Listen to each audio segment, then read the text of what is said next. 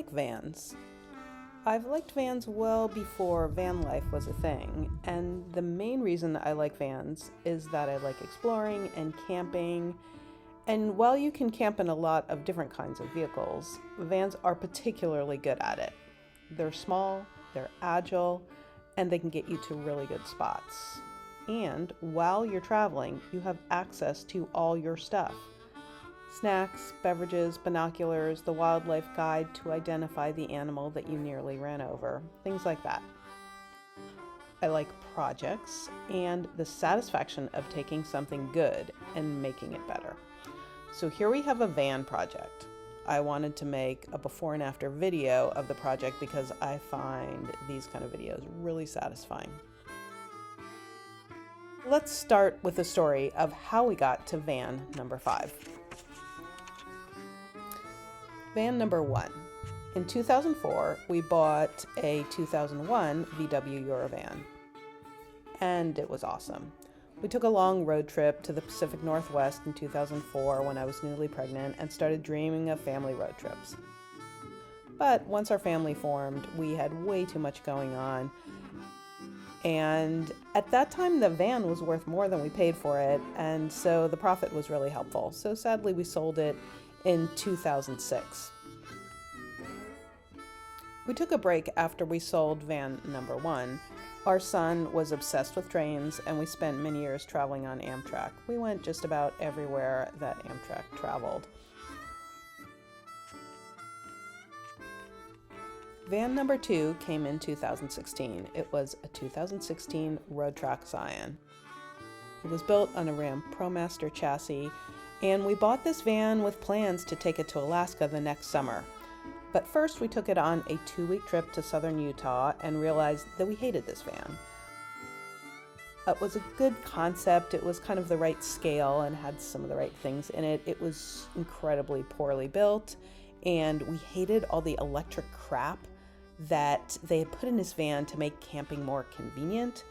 And so we had this philosophical problem with this van. Having a van is convenient enough, and we actually like cranking out the awning rather than having an electric motor to do it. And we're totally happy turning the couch into a bed without an electric motor or an electric motor to macerate your poo. Just none of the things we really were looking for, and we didn't realize that until we used it. So it was just not what we wanted to deal with. And on the back from our trip, we stopped at the Sportsmobile factory in Fresno, and we were impressed and really liked that we could kind of specify what we wanted and what we didn't and make a simpler van. So we came home and sold that van, and we had had it for about 3 months at that point.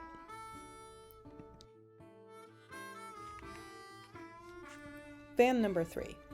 So Sportsmobile's lead time for a new van was a year, and we had already started planning to spend the next summer in Alaska. So I found a used Sportsmobile van that was a bit dorky, but the price was right, and we were able to make it a bit more attractive by taking off the RV-style running boards, did some minor upgrades, put on a rack, and off we went. The van was great. The Sprinter was super solid, it had good gas mileage, it had plenty of space for the 3 of us and our 180-pound dog. But before we left, we got in this queue to build a new rig on the new Sprinter 4x4 chassis with Sportsmobile. So we knew this was kind of an in-between van.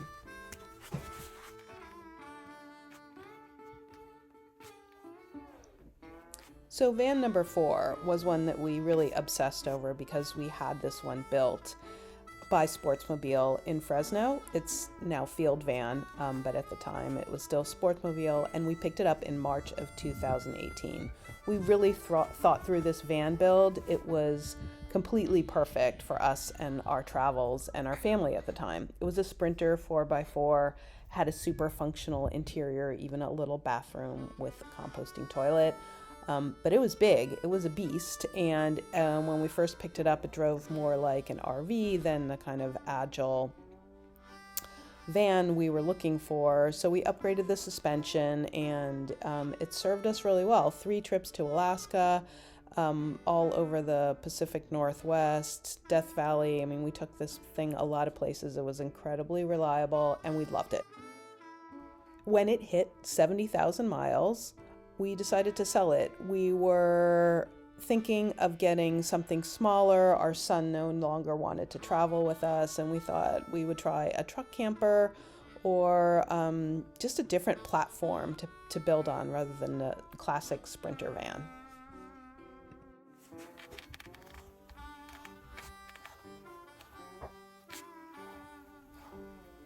Van number 5. After we sold the Sprinter van, I spent a lot of time searching Expedition Portal, and while I was originally looking for a truck camper type of rig, I kept being drawn to E350s. They've got that nostalgic van vibe, and they feel really classic. They just have this like personality and function that felt like a good fit. Okay, outside of the van. Here we are, outside the van, and I'm going to give you a tour. And this van comes with a dog. This van we got kind of early last fall. It is it's a Ford E350. It's a 2013, and it's been modified by Sportsmobile, and they did the 4x4, the interior, and put in a pop top. The thing is about this van is that it just does not work at all for how we want to use it. So the thing we love is we do like this pop top situation. So this bed comes down, and then you can sleep up top, and it's just super nice. It's like you're in a tent. It's really comfortable, amazing views, great like ventilation. The way it's set up is there was originally 2 passenger seats in here, which was great if you had a family of 4, which we don't, but it just takes up too much room. And for us, like, we're going out for longer trips, and there's just no room to store anything at all. And we don't need a microwave. The fridge is like super awkward in that it like doesn't even open all the way, and you have to be on that side of it. There originally was room for the porta potty down here, but then they put an AC unit in there.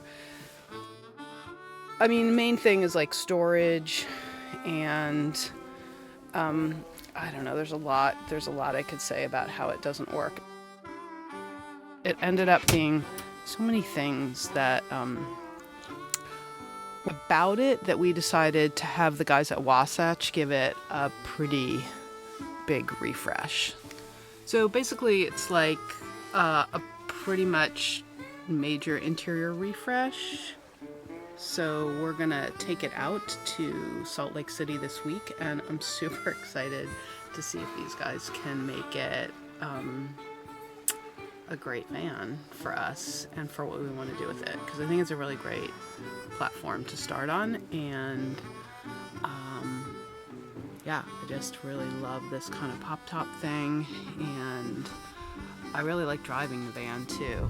So the exterior is in great shape. This is this was a salvage title, so this van was an accident, and it wasn't a very bad accident from our perspective, but insurance company salvaged it, and it was like it tipped over on this side, but the airbags didn't go off or anything. So this is replaced. I think they replaced the door, and then there were some dents over on this side, and if you look really closely in certain light, like there's a slight, it's not like perfect, but it's pretty good. And because of that, we could get this van because it was much cheaper, and it drives great, and there's really no evidence that anything happened other than a little bit of body work. So yeah, it's got the Sportsmobile modified, the axles, the brakes, and the 4x4 system, and it's got the aluminous bumpers, winch, and the headlights aren't that great. We have to try to fix those. But it has a lot of clearance. I don't know what the lift is on it. I don't really know how the tires are 35s or 37s. I'm not sure. Ladder, even though there's not a lot you can do up there on top, because the top has to go up, so you can't like mount a big bunch of boxes or anything. So that's a downside. And yeah, that's it. I am very excited that this weekend we are taking the van out to Salt Lake City to see what the guys at Wasatch Overland can do to refresh her floor plan and make her work for how we want to travel and camp. So we spent some time thinking about this and working with the guys out there. And I'm super excited to work with the guys at Wasatch because they really know this style of van. They work on a lot of E350s. The quality of their work is really fantastic, and they've been super nice to work with so far. So the list of what we're trying to do is create more storage, put the couch facing the other side so it faces the outside double doors, move the sink to the other side of the van so it's across from the couch, install a pull-out refrigerator that can be accessed from the inside and outside of the van, make a dedicated space for the composting toilet, get rid of a lot of the gray vinyl, upholster the couch with this vintage Westphalia fabric I found, and most important, install a heater. So by mid-May, we should have this Sportsmobile plus Wasatch Overland project back in our hands. We look forward to going out to Salt Lake City and having some adventures on the way back. But yeah, I'll leave specs of the van in the comments below. And if you have any questions about any of these kind of vans or any of our experience, leave them in the comments below.